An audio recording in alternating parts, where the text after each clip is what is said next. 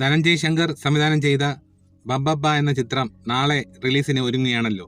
ദിലീപിന്റെ ഇതിന് മുമ്പ് വന്ന ചിത്രം ഇതേ വർഷം തന്നെ ഫെബ്രുവരി മാസത്തിൽ റിലീസായ പ്രിൻസ് ആൻഡ് ഫാമിലി എന്ന ചിത്രം ഒരു മികച്ച വിജയം നേടിയ ഒരു ചിത്രം എന്ന് തന്നെ പറയാം. കാര്യം ആ ചിത്രം ഒന്നാം ദിവസം തന്നെ തിയേറ്ററിൽ ഞാൻ പോയി കണ്ടപ്പോൾ ഫുൾ പാക്ഡ് ആയിട്ടുള്ള ഒരു തിയേറ്റർ ആയിരുന്നു. തിരുവനന്തപുരം കൈരളി തിയേറ്ററിലാണ് ഞാൻ ചിത്രം കണ്ടതെന്നാണ് എൻ്റെ ഓർമ്മ. എന്തായാലും ആ ചിത്രം പഴയ സിനിമകളിൽ നിന്നും വ്യത്യസ്തമായ പുതിയ രീതിയിലുള്ള ചില കോമഡി കാര്യങ്ങളൊക്കെ വർക്കൗട്ട് ചെയ്ത് നല്ലൊരു ഫാമിലി എന്റർടൈനർ ചിത്രം തന്നെയായിരുന്നു പ്രിൻസ് ആൻഡ് ഫാമിലി.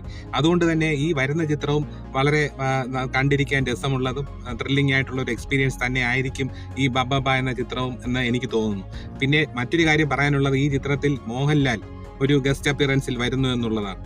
മോഹൻലാൽ ഒരു ഗസ്റ്റ് അപ്പിയറൻസിൽ വരിക എന്നാൽ ഇതിനു മുമ്പ് ഞാൻ ശ്രദ്ധിച്ച ചിത്രം ഈ കായംകുളം കൊച്ചുണ്ണി എന്ന ചിത്രത്തിൽ ഗസ്റ്റ് അപ്പിയറൻസിൽ വന്ന് എത്തരത്തിലാണ് കണ്ടിരുന്ന പ്രേക്ഷകരെ ഞെട്ടിച്ചത് മോഹൻലാൽ എന്ന നടൻ എന്ന് നമുക്ക് എല്ലാവർക്കും അറിയാവുന്ന ഒരു കാര്യമാണ്. അതുകൊണ്ട് തന്നെ ഈ ചിത്രത്തിൽ മോഹൻലാൽ എന്ന നടൻ ഒരു ഗസ്റ്റ് അപ്പിയറൻസ് എന്ന് കേട്ടപ്പോൾ തന്നെ എനിക്ക് മനസ്സിലായി എന്തായാലും ഒരു ഇടിവെട്ട് പെർഫോമൻസ് അദ്ദേഹത്തിൽ നിന്ന് എന്തായാലും പ്രതീക്ഷിക്കുക. എന്തായാലും ഒരുപാട് പ്രതീക്ഷകളുമായിട്ടാണ് ബബ്ബബ്ബ എന്ന ചിത്രം, ഗോപാലൻ നിർമ്മിക്കുന്ന ബബ്ബബ്ബ എന്ന ചിത്രം നമ്മൾ പ്രതീക്ഷയോടെ കാത്തിരിക്കുന്നത്. എന്തായാലും ദിലീപിന്റെ ഈ വർഷം ഇറങ്ങുന്ന രണ്ടാമത്തെ ചിത്രമാണ് ബബ്ബബ്ബ എന്ന ചിത്രം. എന്തായാലും ചിത്രം ഒരു വിജയമായി തീരും എന്ന് എനിക്ക് തോന്നുന്നു. ക്രിസ്മസ് കാലവും കൂടി ആയതുകൊണ്ട് വേണ്ട രീതിയിൽ നല്ലൊരു കഥ പറയുന്ന ചിത്രമാണെങ്കിൽ ധനഞ്ജയ് ശങ്കറിന്റെ ഈ ചിത്രം മോശമാവാൻ വഴിയില്ല എന്നും എനിക്ക് തോന്നുന്നു.